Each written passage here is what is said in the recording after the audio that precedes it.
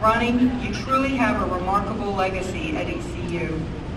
Please give a warm welcome to Representative Ronnie Johns.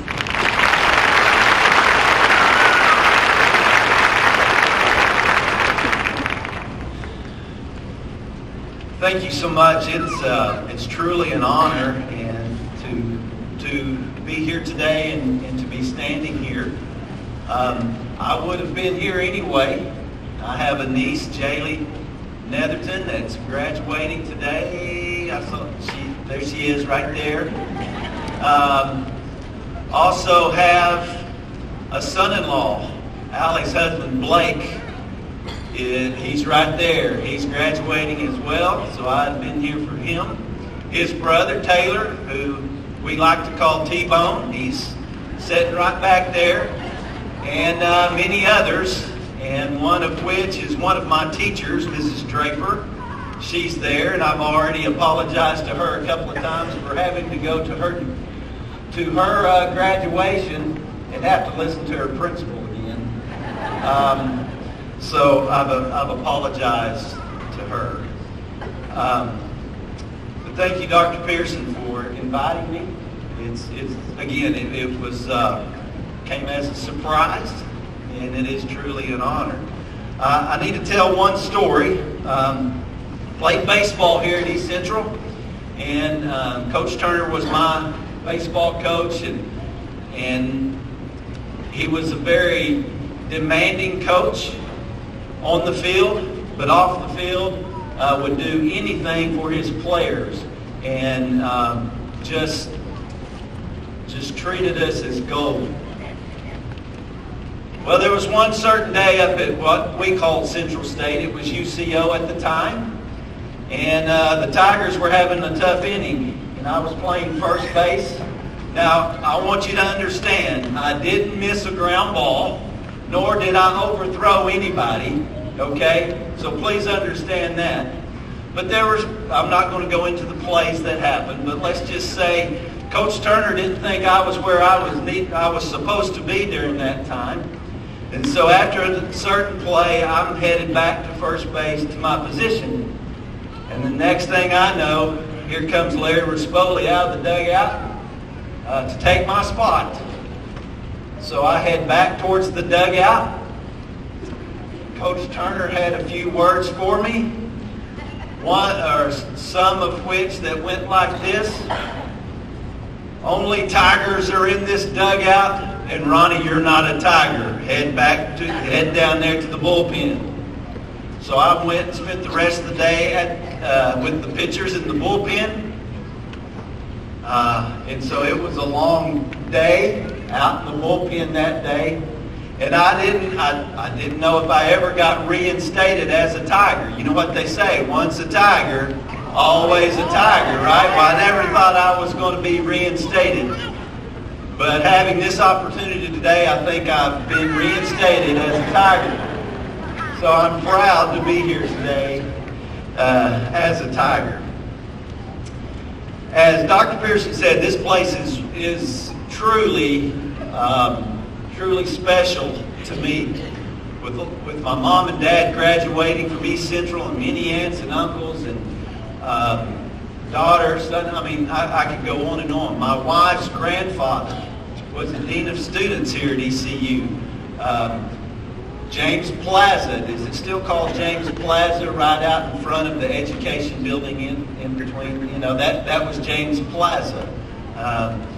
Dr. James, he served as a dean of students here. It just goes on and on. I have a lot of fond memories.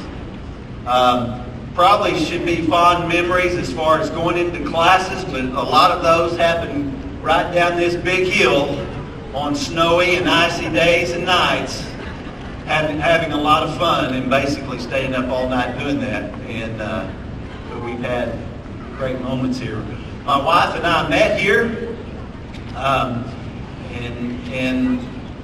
the three most important people that are here today, my mom and dad and my dear wife, they have been so influential in getting me to where I am today, and I cannot thank them enough. One of my not so shining moments also here at East Central. My wife and I had classes together. That can be a blessing or a curse. For the most part, it was a blessing to me and a curse for her. And on one particular occasion, it was in 1985. My St. Louis Cardinals were in the playoff hunt, and we so happened to have a test the next day. And instead of studying and my wife telling me I'm needing to study, I was watching the Cardinals. And so we went the next day. We took the test. A couple of days later, we get the results back. Mine not so good. And she had a really good grade. And after class that day, Dr. Ayler, never forget her, Dr. Ayler, Renee, I'd like to speak with you after class today. And I thought, I wonder what she's going to talk to her about. And so I head out.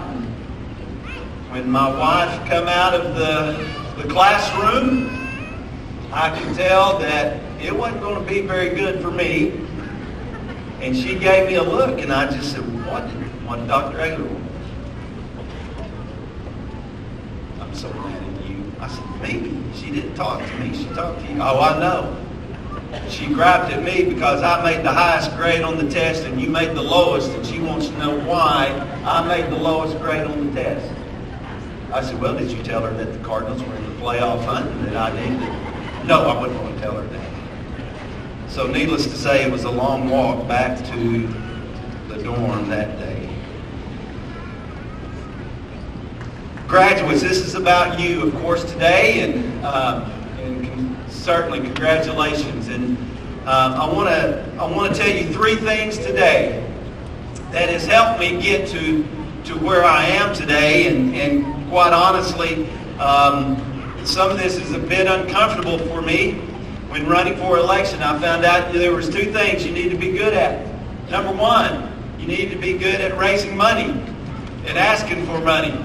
Not very good at that, although I got better at that. Number two, you got to promote yourself. I'm not very good at promoting myself, and still not very good at promoting myself, but I say that because I'm going to tell you some things today, and please don't take it as me bragging on myself, because I'm certainly not. But three things real quick. My daughter said, Dad, you got to keep it at 10 minutes. I got two kids over here. I said, yes, ma'am, I will. So I'm going to try to do that. Number one, be a lifelong learner. No matter what you do, be a lifelong learner. Thankfully, my wife encouraged me to continue to be a lifelong learner how to be a better husband. Be a lifelong learner how to be a better father and a better parent. And I've done that. Still don't have either one of them mastered. And I'm still learning. Had to do that as a coach. Went to every coach's clinic that I could, because I thought if I could bring back just one thing that could make me a better coach, it would be successful. And I was able to do that. Teacher, same. Principal, same. And now as a representative, everyone knows what it's like to be a freshman. And believe me, when you introduce yourself and they said, oh, you're a freshman, and they give you that look, we've all seen it. Here's the difference. I'm a freshman representative, but I'm having to major in everything. Not just one thing, but in everything, and so I'm still learning. So be a lifelong learner. Number two, do common things in an uncommon way. Now, I'm not saying do common things in a weird way or be strange. That's not what I'm saying. Here's what I'm saying. I'm going to give you some examples. In Matthew chapter 5, verse 41, it says that if anyone forces you to go 1 mile, go 2. My brother-in-law, who's sitting right up there, John Netherton, his daughter Jaylee's graduating today. Just to give you an example, we all know that it's nice to be grateful for things. We know that. That's just a common thing. We're grateful for this, grateful for that. He takes that to another level. He has taught me to be grateful for the things that we have. Every Friday, if you would follow him on Twitter, every Friday he's going to have the things that he's grateful for. A common thing, but he does it in an uncommon way.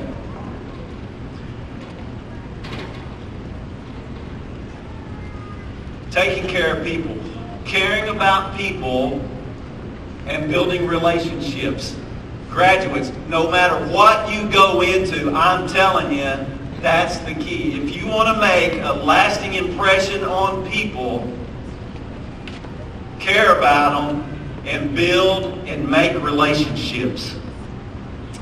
That's one thing that I feel like I've been good at as a principal. I don't feel like I'm really good at anything.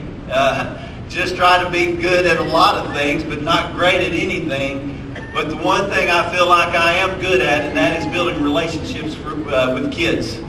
I've been really successful with that. And tough kids. And here's the thing. It's not that teachers, it's not that we don't do that. We do. But when I say do a common thing and do that in an uncommon way, here's some examples. I would take my toughest kid and I would try to figure out what are they passionate about. So therefore, throughout the years, I've been passionate about skateboarding. I figured out, back in the day, who Tony Hawk was and watched the X Games. Why? So I could make a connection with the toughest kid I had in my classroom. I watched championship wrestling enough to know who are the main guys, who are the good guys, the bad guys. One year I became the best Oakland Raider fan in the history of time because that one guy that loved the Oakland Raiders. But that's what you do. It's a common thing to care, but you take it another step.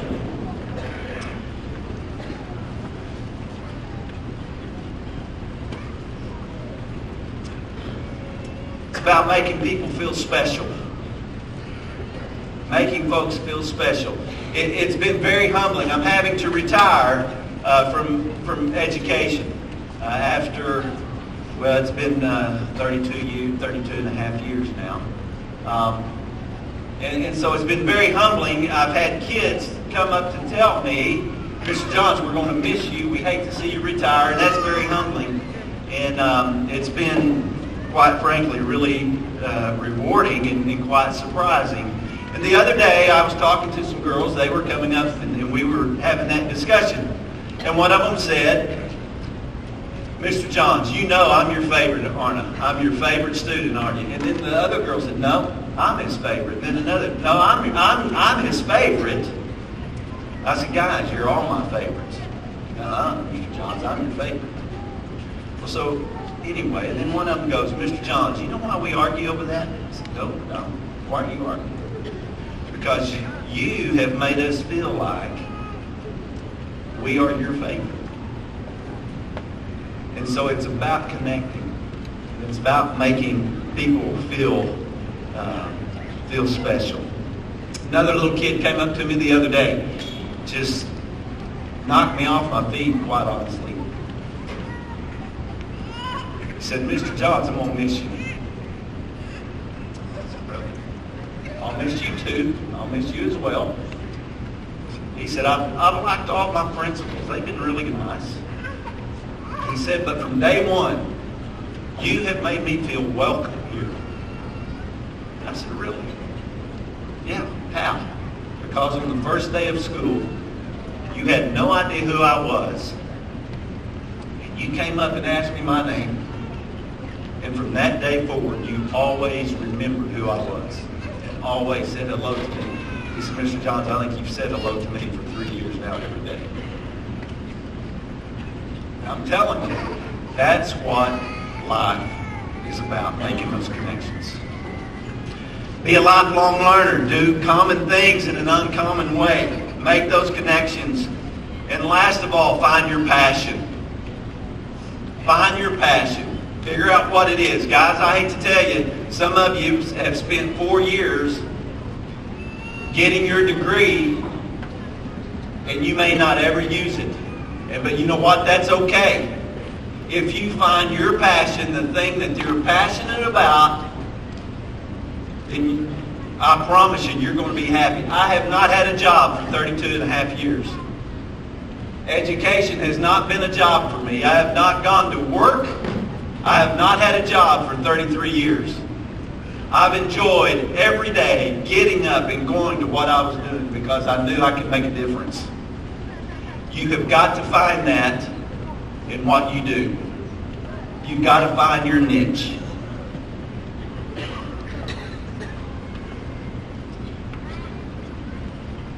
And so I leave you with those 3 things. I think I almost made it under 10 minutes, hadn't I, Allie? Okay, good. Thank you. Again, guys, be that lifelong learner. Do common things in an uncommon way and find that passion. I could go on for 20 minutes about that, but I'm not. Find your passion.